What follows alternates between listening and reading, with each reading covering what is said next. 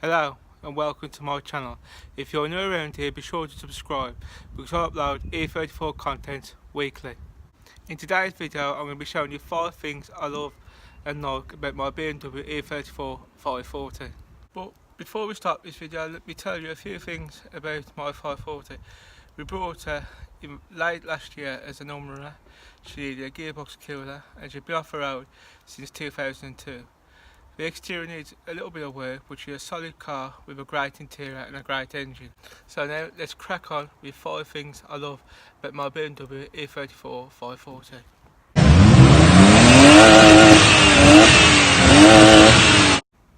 So the first thing I like about my 540 is the 540 front bumper. It's an aggressive front bumper and it's different to the M Sport and the M5 bumper, but it does have working functional air ducts which direct air to the front brakes. The 540 had a different bumper to the rest of the E34 fleet. All of the other E34s had SE bumpers unless it was a Sport which had a Sport bumper, or an M5 which it had an M5 bumper. There's many opinions on which one is better, but I do like a good old 540 front bumper. The second thing I like about my 540 is it has a wide grille. Now you might be saying, well, all facelift 540s had wide grilles. What makes this different? Well, nothing makes a difference, but the 540s and the V8 3 litres started the whole wide grille thing because they were the first 2 models to have wide grilles. The third thing I like about my E34 540 is a parchment leather interior, which is a sport non-electric interior.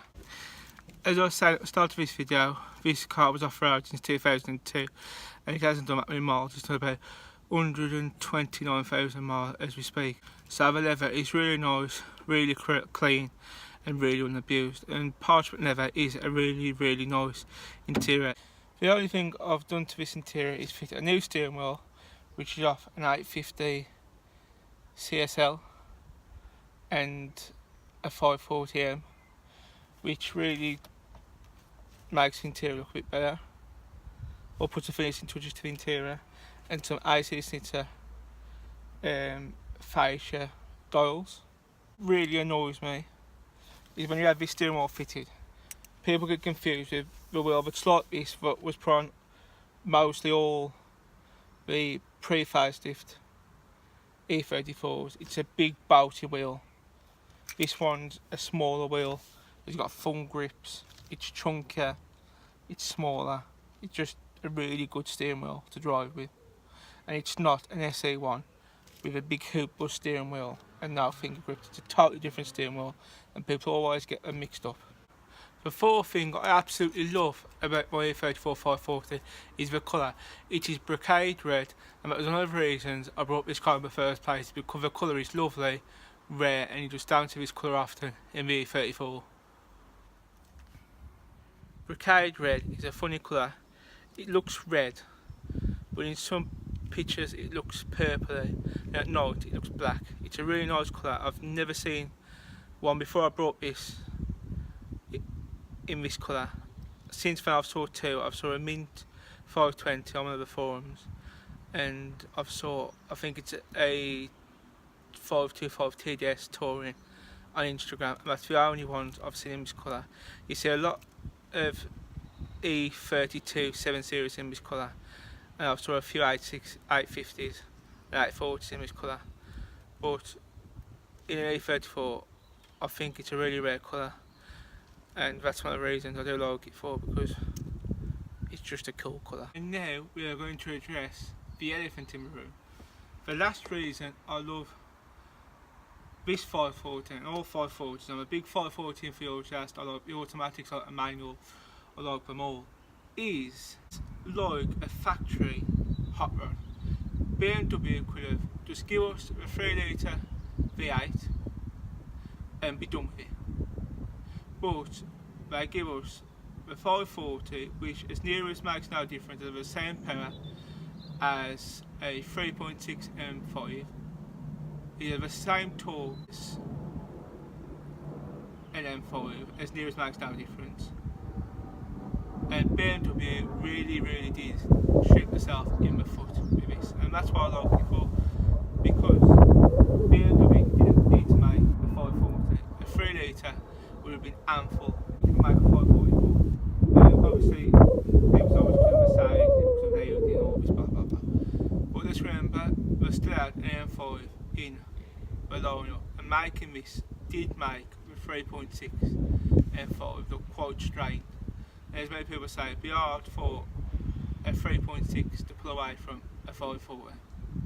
So that's one of the reasons why I like this. Not because I don't like M5s, M5s are great, but I just like it because it's a bit of an outlaw. It's the younger brother it shouldn't have been, and BMW really they need to make it. Just a cool thing that they did. It's a bit like was having some fun. It was like, yeah, we'll put a 3 litre in. Then some drunken German come in and go, oh well, maybe we could put a 4 litre in, and that's what happened. A great car would become of it. So if anybody at BMW is watching me, sees to work there, any input in making these, well done, sir. Have yourself a cookie. Now, I did say it was 5 things I liked about my E34, but I lied, because the 6th thing I like about my E34 540 is this right here.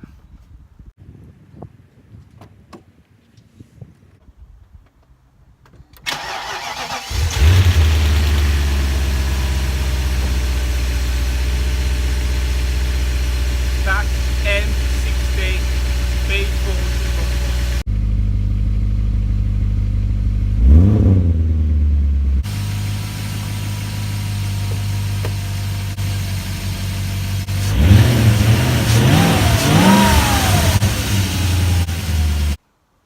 And that's 5 things I like and love about my BMW E34. Yes, thank you for watching this video. I upload E34 contents weekly, so be sure to subscribe if you haven't already.